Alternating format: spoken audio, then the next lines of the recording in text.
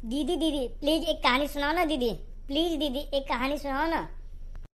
ठीक है छोटी, आज तुम्हें मैं कहानी सुनाती हूँ फसलों के त्योहार के बारे में, कि किस प्रकार भारत में फसलों के त्योहार मनाए जाते हैं। ठीक है छोटी, ध्यान से सुनना। दिन बोरसी के आगे बैठकर हाथ तापते हुए गुजर जाता है।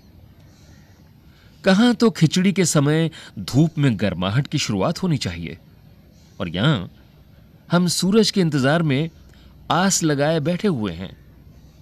पूरे 10 दिन हो गए, सूरज लापता है। आज सुबह तो रजाई से निकलने की हिम्मत नहीं हो रही थी।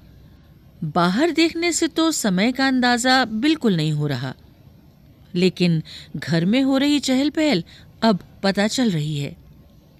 रह रहकर कानों में कभी चांपाकल के चलने और पानी के गिरने की आवाज, तो कभी किसी के हाँक लगाने की आवाज आ रही थी।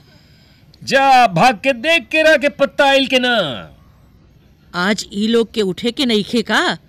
बोल जल्दी तैयार हो खस। नहा धोकर हम सभी एक कमरे में इकट्ठा हुए। दादा और चाचा ने क्या सफेद चकाचक मांड लगी धोती और कुर्ता पहना हुआ है। खिचड़ी में ऐसन ठाड़ हम पहले कब्बो ना देखनी, सारा देह कनकना देता। पापा ने कहा, शायद आज धोती में उन्हें ठंड कुछ ज्यादा ही लग रही है। सामने मचिया पर खादी की सफेद साड़ी पहने हुए दादी बैठी थी। आज दादी ने अपने बाल धोए हैं। झक सफेद सेमल की रुई जैसे हल्के फुल्के बाल। गौर से देखने पर भी एक काला बाल नजर नहीं आता। बिल्कुल धुली धुली सी लग रही हैं दादी।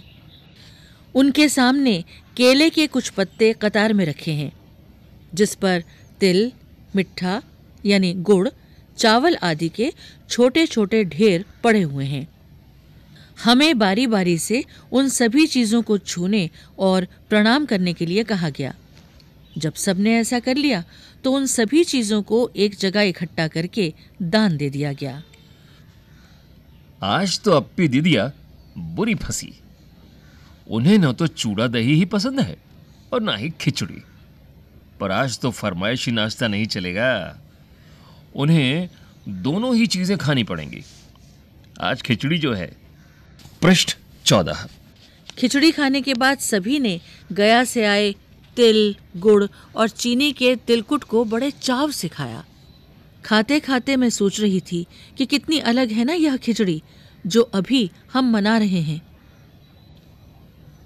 स्कूल में हम जो खिचड़ी मनाते थे उसकी अलग ही मस्ती हुआ करती थी। छुट्टी का दिन, नाव में बैठकर गंगा नदी की सैर और फिर टापू पर बालू में दौड़ते हुए पतंग उड़ाना या उड़ाने की कोशिश करना, कितना मजा आता था। इधर हम पतंग उड़ाते थे और वहीं थोड़ी दूर पर गुरुजी, विमला दिद्दा, आनंद जी, झिलमिट भैया सब मिलकर ईंट से बने चूल्हे पर बड़े बड़े कड़ाहों में खिचड़ी बनाते थे। हम भी बीच बीच में अपनी पतंगों को सुस्ताने का मौका देते हुए मटर और प्याज छीलने बैठ जाते। वैसी खिचड़ी फिर दोबारा खाने को नहीं मिली। वाकई ढंग कैसा भी हो, पर है ये खुशियों का त्योहार। जनवरी माह के मध्य में भारत के लगभग सभी प्रांतों में फसलों से जुड़ा कोई ना कोई त्योहार मनाया जाता है। कोई फसलों के तैयार हो जाने पर खुशी बांटता है, तो कुछ लोग इस उम्मीद में खुश होते हैं कि अब पाला कम होगा। सूरज की गर्मी बढ़ने से खेतों में खड़ी फसल तेजी से बढ़ेगी। सभी प्रांतों और इलाकों का अपना रंग और अपना ढंग नजर आता है। इस दिन सब लोग अच्छी पैदावार की उम्मीद और फसलों के घर में आने की खुशी का इजहार करते हैं। उत्तर प्रदेश, बिहार, मध्य प्रदेश में मकर संक्रांति या तिल संक्रांत, असम में बिहू, केरल में ओणम, तमिलनाडु में पोंगल, पंजाब में लोहड़ी, झारखंड में सरहुल, गुजरात में पतंग का पर्व सभी खेती और फसलों से जुड़े त्योहार हैं। इन्हें जनवरी से मध्य अप्रैल तक अलग अलग समय मनाया जाता है। झारखंड में सरहुल बड़े जोश व खरोश के साथ मनाया जाता है। 4 दिनों तक इसका जश्न चलता रहता है। अलग अलग जनजातियां इसे अलग अलग समय में मनाती हैं। संथाल लोग फरवरी मार्च में, तो ओरांव लोग इसे मार्च अप्रैल में मनाते हैं। आदिवासी आमतौर पर प्रकृति की पूजा करते हैं। सरहुल के दिन विशेष रूप से साल के पेड़ की पूजा की जाती है। यही समय है जब साल के पेड़ों में फूल आने लगते हैं और मौसम बहुत ही खुशनुमा हो जाता है। स्त्री पुरुष दोनों ही ढोल मजीरे लेकर रात भर नाचते गाते हैं। पृष्ठ संख्या 15। चारों ओर फैली हुई छोटी छोटी घाटियां, लंबे लंबे साल के वृक्षों का जंगल और वहीं आसपास बसे छोटे छोटे गांव, लिपे पुते करीने से बुहारे और सजाए गए अपने घरों के सामने लोग एक पंक्ति में कमर में बाहें डालकर नृत्य करते हैं। अगले दिन वे नृत्य करते हुए घर घर जाते हैं और फूलों के पौधे लगाते हैं। घर घर से चंदा मांगने की भी प्रथा है, पर चंदे में मालूम है क्या मांगते हैं? मुर्गा, चावल और मिश्री। फिर चलता है खाने पीने और खेलों का दौर। तीसरे दिन जाकर पूजा होती है, जिसके बाद लोग अपने कानों में सरई का फूल पहनते हैं। इसी दिन से वसंत ऋतु की शुरुआत मानी जाती है। धान की भी पूजा होती है। पूजा किया हुआ आशीर्वादी धान अगली फसल में बोया जाता है। तमिलनाडु में मकर संक्रांति या फसलों से जुड़ा हुआ त्योहार पोंगल के रूप में मनाया जाता है। इस दिन खरीफ की फसलें चावल, अरहर आदि कटकर घरों में पहुंचती हैं। लोग नए धान कूटकर चावल निकालते हैं। हर घर में मिट्टी का नया मटका लाया जाता है, जिसमें नए चावल, दूध और गुड़ डालकर उसे पकाने के लिए धूप में रख देते हैं।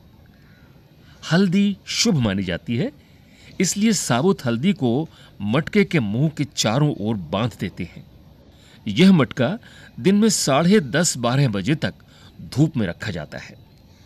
जैसे ही दूध में उफान आता है और दूध चावल मटके से बाहर गिरने लगता है, तो पोंगला पोंगल के स्वर सुनाई देते हैं, जिसका अर्थ है खिचड़ी में उफान आ गया। दूसरी ओर गुजरात में पतंगों के बिना तो मकर संक्रांति का जश्न अधूरा ही माना जाएगा। इस दिन आसमान की ओर यदि नजर उठाएं तो शायद हर आकार और रंग रूप की पतंगें आकाश में लहराती हुई मिलेंगी। प्रत्येक गुजराती, चाहे वह किसी भी धर्म, जाति या आयु का हो, पतंग उड़ाता है। हजारों लाखों पतंगों से सूर्य भी ढक सा जाता है। पृष्ठ संख्या 16। कुमाऊं में मकर संक्रांति को घुघुतिया भी कहते हैं। इस दिन आटे और गुड़ को गूंथकर पकवान बनाए जाते हैं। इन पकवानों को तरह तरह के आकार दिए जाते हैं, जैसे डमरू, तलवार, दाड़िम का फूल आदि। पकवान को तलने के बाद एक माला में पिरोया जाता है। माला के बीच में संतरा और गन्ने की गंडेरी पिरोई जाती है। यह काम बच्चे बहुत रुचि और उत्साह के साथ करते हैं। सुबह बच्चों को माला दी जाती है। बहुत ठंड के कारण पक्षी पहाड़ों से चले जाते हैं। उन्हें बुलाने के लिए बच्चे इस माला से पकवान तोड़ तोड़ कर पक्षियों को खिलाते हैं और गाते हैं, कौवा आओ, घूघूत आओ, ले कौवा बढ़ाओ, माँ के दे जा सोने का घड़ाओ, खा ले पूरी, माँ के दे जा सोने की छुरी। इसके साथ ही जिस चीज की कामना हो वह मांगते हैं। है ना कितने अलग अलग अंदाज मकर संक्रांति को मनाने के। कहीं दूध चावल और गुड़ की खीर बनती है, तो कोई 5 प्रकार के नए अनाज की खिचड़ी बनाता है। कहीं कहीं लोगों का सैलाब नदी में स्नान के लिए उमड़ पड़ता है। लोग ठंड से ठिठुरते रहेंगे, पर बर्फीले पानी में कम से कम एक डुबकी तो जरूर लगाएंगे। हाल यह होता है कि इन जगहों पर तिल रखने की भी जगह नहीं होती।